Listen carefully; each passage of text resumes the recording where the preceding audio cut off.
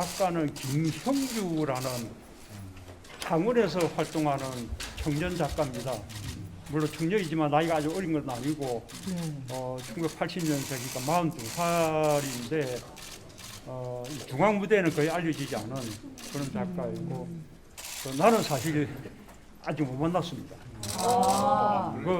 제가 이제 다른 정부 때 어떻게 했는지 일일이 알지는 못하지만 대부분은 이제 공식 초상화라서 무슨 그 작가를 선정하는 그런 식의 절차를 거쳐서 보통은 그 시기에 초상화가로서는 가장 대가다 이렇게 이제 좀 평가받는 분들 가운데 선정을 해서 이 작품을 의뢰하는 것이 보통인데 나는 그렇게 하기 이전에 그런 절차 초상화 신경을 전혀 쓰지 못하고 있을 때 아까 말한 김형주라는 청년 작가가 그냥 그 어려운 시기에 그 임기 마지막까지 수고가 많으시다고 마지막 자기가 응원하는 마음으로 저희껏 그래서 이게 보낸다고 이런 선물을 나한테 줬거든요. 좋은데요? 예, 그 선물만 요즘은 이제 사진을 보고 그리고 나중에 이제 실물을 보고 보정을 하거든요. 그래서 이제 그냥 받아 두었었는데 이제 나중에 초상화 이제 하는 시기가 와가지고 그렇다면 새삼 새롭게 할 거 없이 이 초상화가 어떤가 하고 주로 의견을 들어보니까 청와대 내부에서는 다들 작품이 좋다고 평가가 됐고 또 전문가들도 대체로 이제 그런 의견이어서 굳이 옛날 같은 방식 없이 기왕에 제가 선물로 받아둔 초상화를 이렇게 선정을 하고 대신에 이제 원래 예상하지 않았던 거기 때문에 이제 공식 초상화를 걸리게 된 이상 우리가 약간의 이제 성의 표시는 하려고요. 그렇게. 아니 그러니까 저희 사진 보고 한 다음에 실제 뵙고 나서 약간 보정 작업 그런 거 안 별로 시간이 없어서 그렇게 못했어. 아니 이제 우리가 그냥 보기만 보고 입술 부분이 너무 조금 색깔이 붉은 것 같다든지 약간의 이제 의견을 이야기해서 직접 보지는 못한 채 보정 작업을 좀 하게 돼요.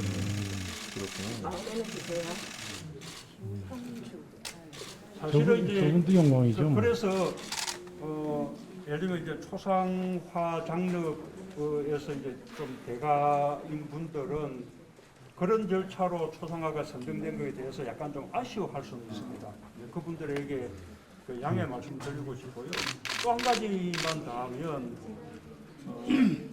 손연칠 선생님이라고 혹시 아실는지 모르겠는데 우리 한국화로서 이렇게 인물화 초상화를 그리는 대가로 평가받는 분이 계세요. 그분이 제 초상화를 그린 것을 봤는데 정말 제한테는 마음에 딱 드는 거예요. 참 좋던데. 근데 다만 이제 역대 대통령들이 전부 서양화로 유화를 해왔는데 혼자 또 한국화로 전혀 이질적으로 그런 게 그게 너무 좀 결심하기가 어려워서 그거는 또 다음에 달리 활용될 수 있을 거라 생각하고 여기 그지는 못했는데 앞으로 이제 한국화 이런 것을 선택하는 부분도 한번 진지하게 고민을 할 때가 됐다고 생각합니다. 일단 좋습니다. 이상하게 보겠습니다. 선물로 보내왔지만 그림값은 지불을 했습니다. 조금 아끼긴 하겠죠.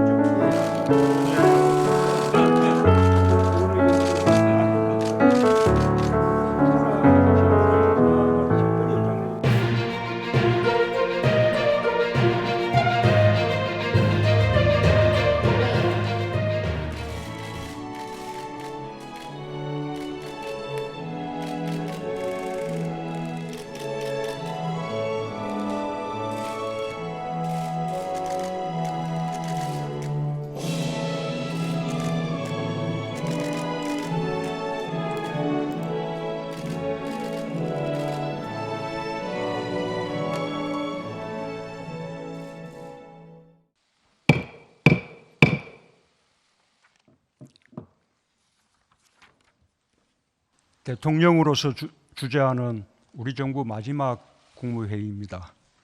오늘 국무회의는 시간을 조정하여 개최하게 되었습니다. 국회에서 통과되어 정부에 공포를 요청한 검찰청법과 형사소송법 개정안 등 검찰개혁 관련 법안에 대해 우리 정부 임기 안에 책임 있게 심의하여 의결하기 위한 것입니다. 우리 정부는 촛불정부라는 시대적 소명에 따라 권력기관 개혁을 흔들림 없이 추진했고 공수처 설치, 검경수사권 조정, 자치경찰제 시행과 국가수사본부 설치, 국정원 개혁 등 권력기관의 제도 개혁에 큰 진전을 이뤘습니다. 견제와 군영, 민주적 통제의 원리에 따라 권력기관이 본연의 역할에 충실하도록 하면서 국민의 기본권을 보장하기 위한 것입니다. 이와 같은 노력과 성과에도 불구하고 검찰 수사의 정치적 중립성과 공정성, 선택적 정의에 대한 우려가 여전히 해소되지 않았고 국민의 신뢰를 얻기에 충분하지 않다는 평가가 있었습니다. 국회가 수사와 기소의 분리에 한 걸음 더 나아간 이유라고 생각합니다. 오늘 공포 여부를 심의하는 검찰청법과 형사소송법 개정안은 검찰이 수사를 개시할 수 있는 범죄를 부패범죄와 경제범죄로 한정하는 등 검찰의 직접 수사 범위를 축소하고 검찰 내에서도 수사와 기소를 분리해 나가는 한편 부당한 별건 수사를 금지하는 등의 내용을 담고 있습니다. 입법 절차에 있어서는 국회의장의 중재에 의해 여야 간 합의가 이루어졌다가 합의가 파기되면서 입법 과정에 적지 않은 진통을 겪은 아쉬움이 있습니다.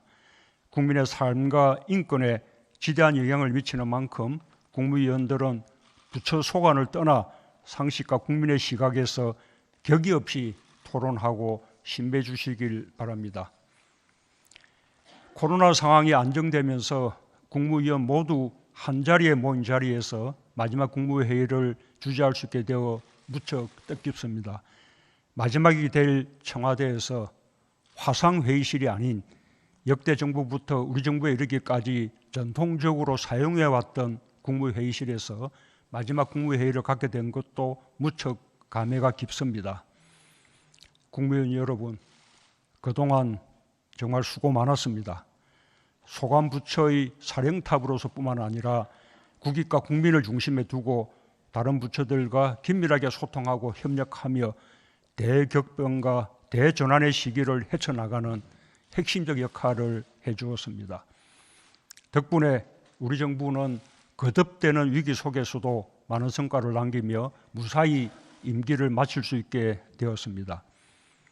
우리 정부 5년은 국가적 위기를 범정부적 역량을 총동원하여 극복했던 시간이었고 위기를 기회로 만들며 더 크게 도약해 나갔던 과정이었습니다.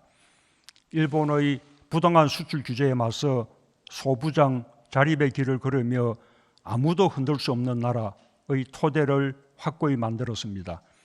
미정유의 코로나 위기에서는 방역 중대본, 경제 중대본, 양날개로 범정부 비상체제를 가동하며 국민의 생명과 경제를 보호하는 데 총력을 다했으며 봉쇄 없는 방역과 경제 대응 모두에서 세계적 모범이란 평가를 받았습니다. 특히 위기 극복 과정에서 사람 중심 회복과 포용성 강화의 방향을 지켰고 신성장 동력 창출과 디지털 전환, 탄소 중립 시대 개척이라는 새로운 도전에 과감히 나섰습니다. 한편으로는 튼튼한 국방과 한반도 평화 구축을 위해 매진했고 국제 협력을 강화하면서 외교 지평을 크게 확대해 나갔습니다. 최근 급변하는 대외 경제 안보 환경을 마주해서는 경제부처와 안보부처가 손을 잡고 기민하게 대응해 나가고 있습니다. 우리 정부는 마지막까지 위기 극복에 전력을 기울이며 선도국가 도약을 위해 최선을 다한 정부입니다. 지난 5년의 성과와 노력이 다음 정부에 도움이 되고 대한민국이 계속 발전해 나가는 밑거름이 되길 기대합니다. 각 부처 장관들과 공무원 여러분, 정말 고생 많았습니다. 그동안 한 마음이 되어 국민과 나라를 위해 헌신한 노고를 잊지 않겠습니다. 오늘 마지막 국무회의에 참석해 주신 우리 오세훈 서울특별시장님께도 감사드립니다. 고맙습니다.